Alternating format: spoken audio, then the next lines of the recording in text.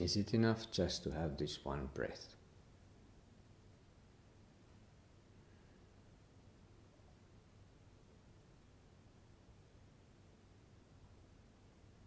This one breath.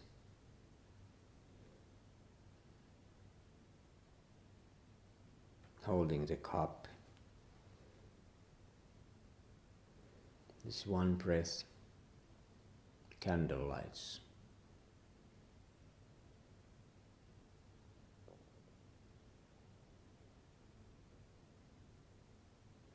After so many days of Sesshin,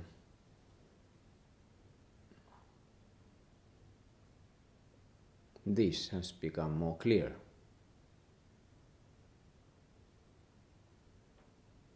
Where are those complications from the day 1, 2, 3, and so on? It's a little bit like not exactly. No.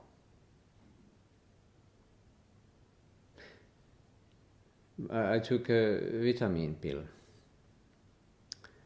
and it's a round, like those kind of round object that has a little page edge, so it could have been anything round.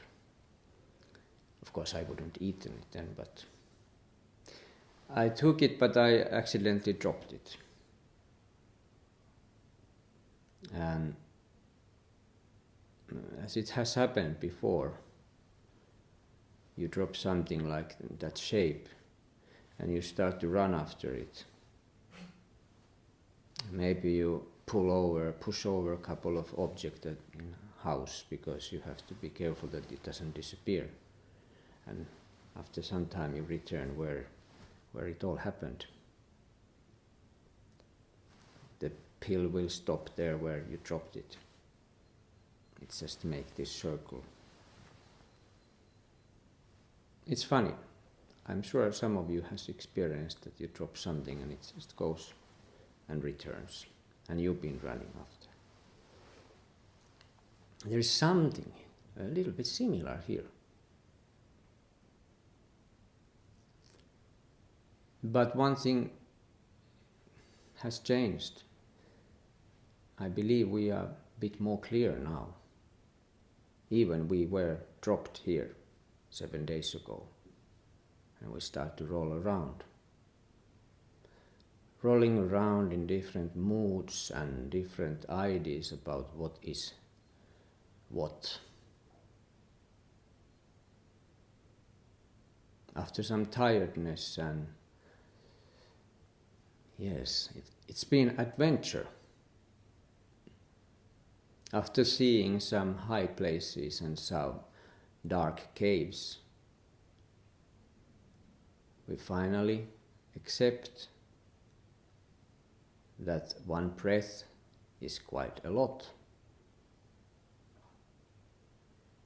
This body, this one breath at a time, this one meeting, this one, just this.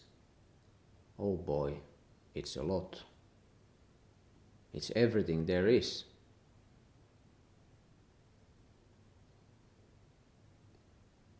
What we have been searching.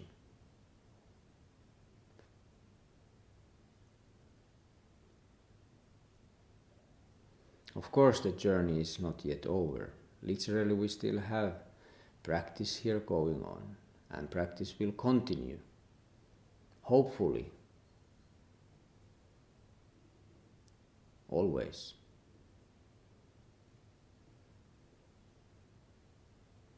Some people in sessions have experienced this session and sessions before, how it helps practice when you keep your practice while you are not, also when you are working or walking or doing other things. Usually it doesn't work on day 1 or 2 or 3 maybe, or maybe it helps already then. But necessarily when practice has matured. it is a freedom to do it also outside of the mat.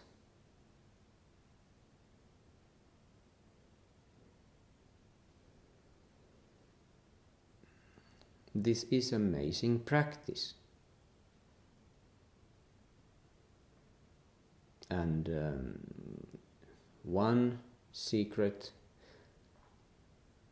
of doing things like this, as if we do any other practices, is that you come back to practice.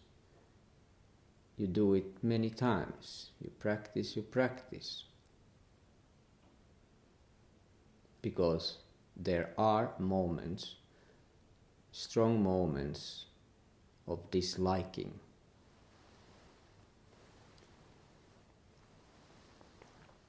Like any other things in life you repeat, you will find out that you don't like it or so. Of course you shouldn't stick with something that you really don't like.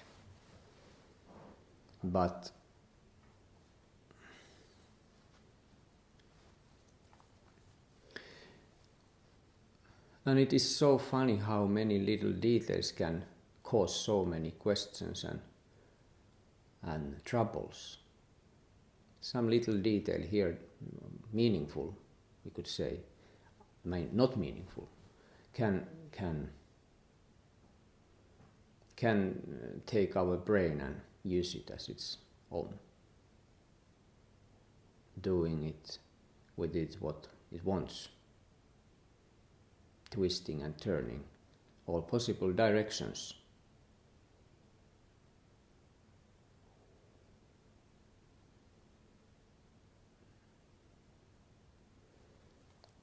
I remember complaining things during these years of practice, but when I started I was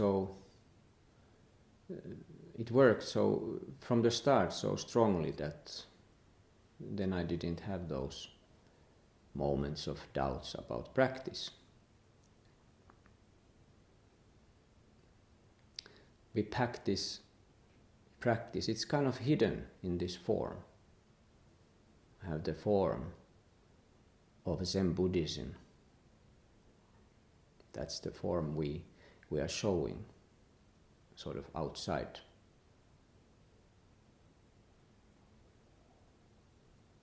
And I think it's quite okay form. But the even more interesting thing is hidden there, inside this practice.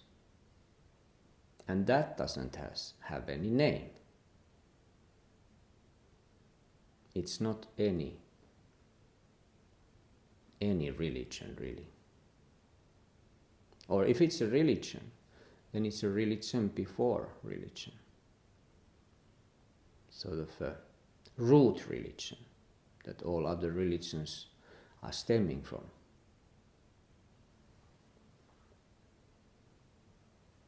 Even Buddhism.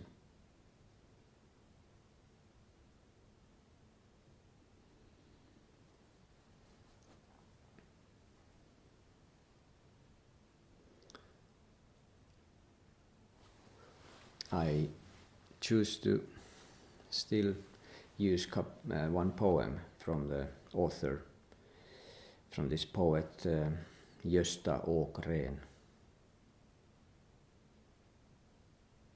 And this time no English translation available. But instead I also try to pronounce somehow this Swedish version for those who doesn't understand Finnish. I hope you will understand at least few words here. I haven't asked any help and not practiced, so it's a huge risk that I will say something funny.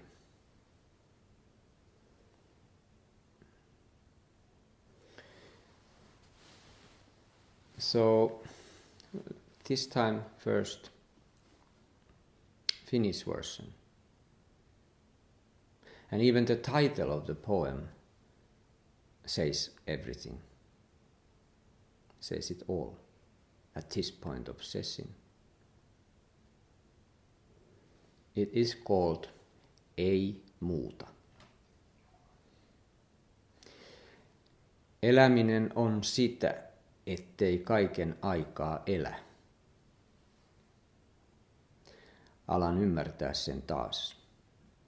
Kirjoitan runoja, jotka tulevaisuudesta, tästä loppumisesta käsin, tarkkailevat ja hahmottelevat lapsuuden päivien ja öitten lauttaa. Liikkumatonta virtaavassa ajassa. En löydä muuta kuin arkipäivän, matalan suojan verta ja tulta vastaan. Tunteet suuret kuin eläimet ja selkeät kuin sanomat. Ja sylin, johon palaan aina kun en jaksa olla syntynyt. Muuta en löydä ja sitä juuri etsin. Ingenting annat. Att leva är att inte ständigt leva. Jag börjar förstå det igen.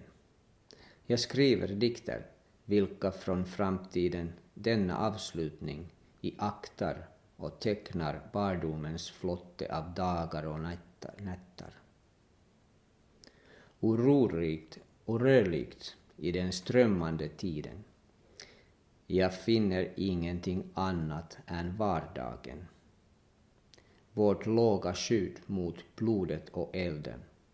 Känslorna, stora som djur och tydliga som budskap. Och famnen. Dit jag återvänder varje gång jag inte orkar vara född. Jag finner ingenting annat. Och det är vad jag söker.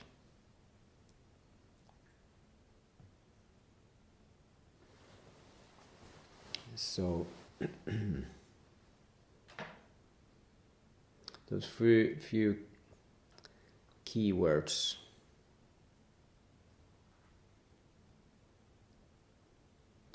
are that we are not always alive.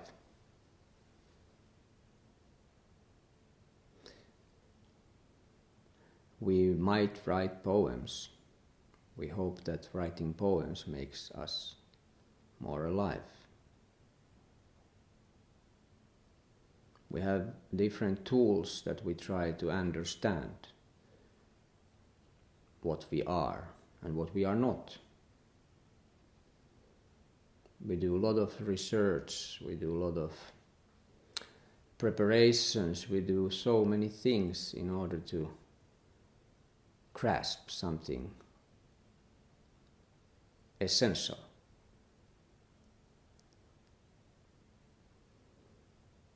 And that's all good, and we will do that again and again. But like the vitamin pill, who went around and returned to this starting point, we always return here. And we can't really find anything else. It is like in the movie I mentioned first day or so, that those friends were searching for some sunny beach, but when they reached it, it was snowy like in New York. I don't mean to be like pessimistic that there is no sunlight in the world. Of course there is, but sometimes the sunlight we need is just the snow and cold and wet. At that point we didn't need really any other sunny beach. And after all, it is just this everyday life that we find.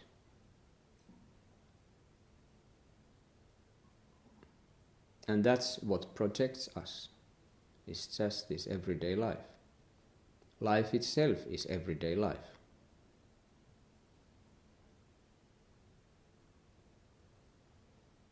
And it has always carrying us. when we are in sorrow, when we are disappeared, when we have disappeared in any kind of dreams, when we are lost, when we suffer in many, many different ways. This earth, this everyday life has carried always us. And it will continue doing so. Even then, when the whole planet has exploded, it's just this will still carry on.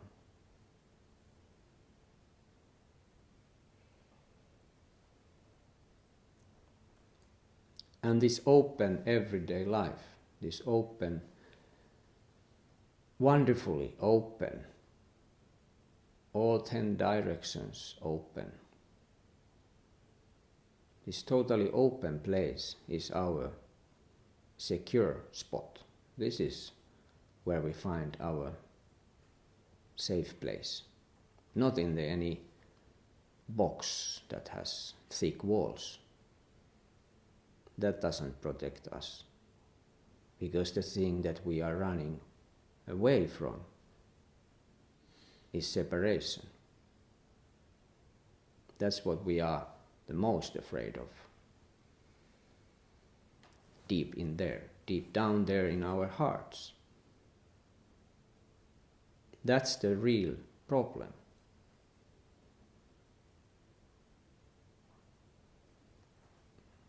We can give many names and we can pretend many things, but the truth is that as long as we feel separated, we are not happy.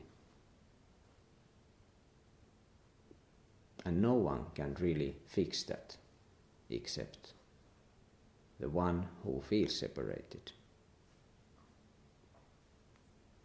As it is, the practice is the key and the lock. Practice opens practice.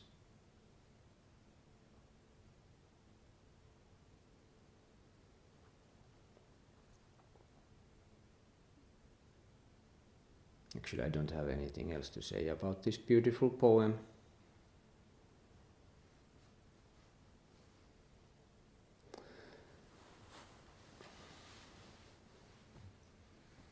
Let's look still something before we end.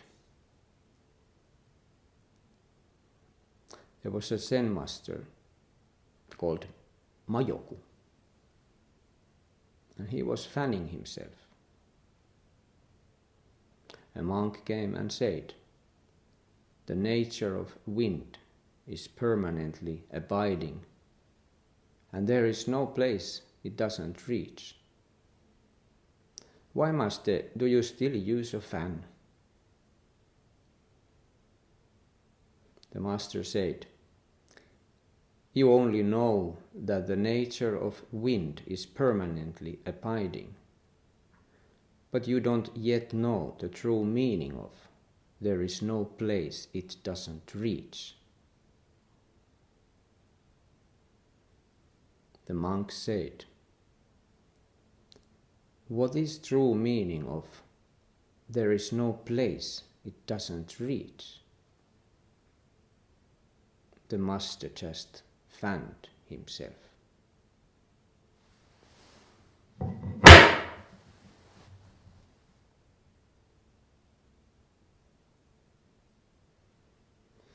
Wow, this is something, this teaching here.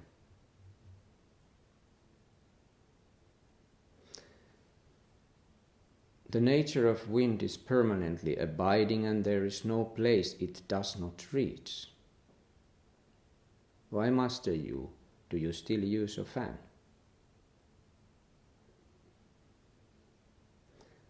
Practice is like climbing up to the mountains and coming down from the top. We can't stay there forever, up in the mountains. Perhaps the whole mountain is an imaginary mountain. just a punch of words, ideas that we have, beautiful words of wisdom.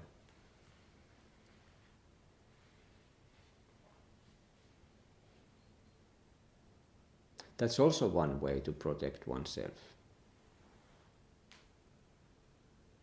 To know what is what.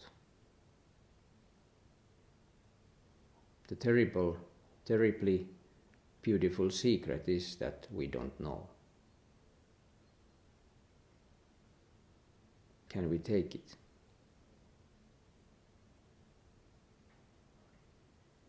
Maybe that is the price we have to pay if we want to taste freedom.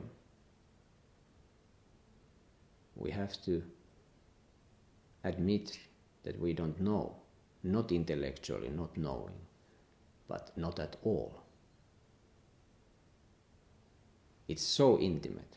It's just this, we don't know.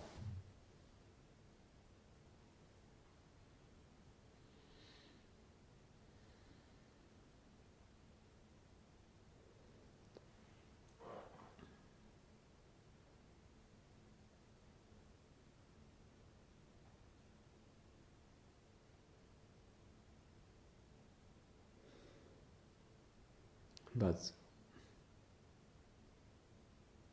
there is one more thing we can always do. We can continue our practice. We can just continue.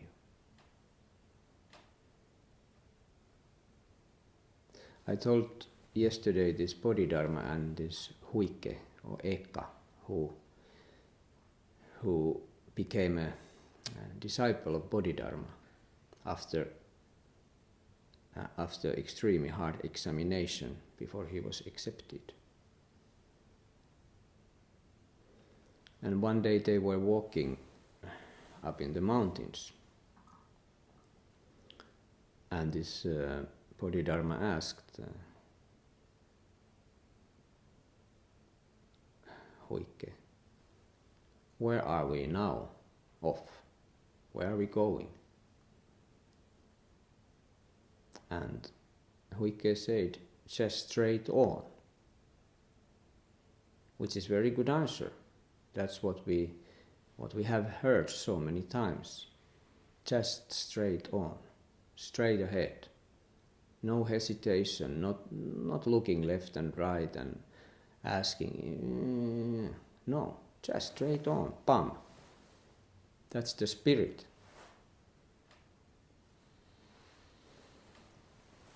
But this case, Bodhidharma replies, if you go just straight, you cannot take a single step.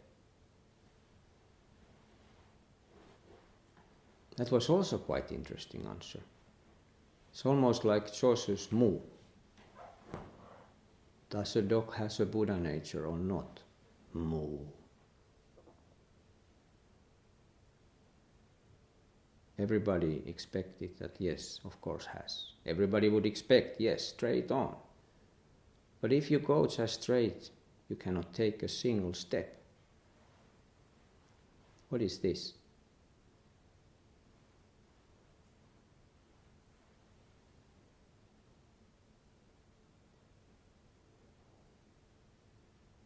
Doesn't matter if it's a straight or twisted step. If you just go straight on.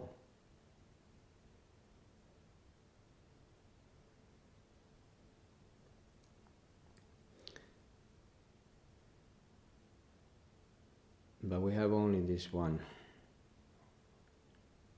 at a time. We cannot change. We cannot think that, okay, I won't do it today, I will do it tomorrow.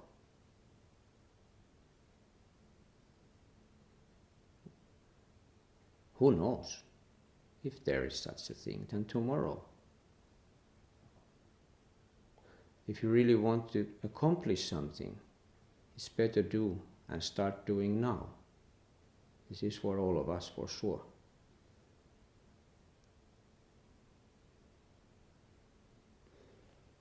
I will end this with the words of Tangen Roshi. He said once that just when you think, I will see the lovely cherry tree blossoming tomorrow, a storm races in the night to blow them all away.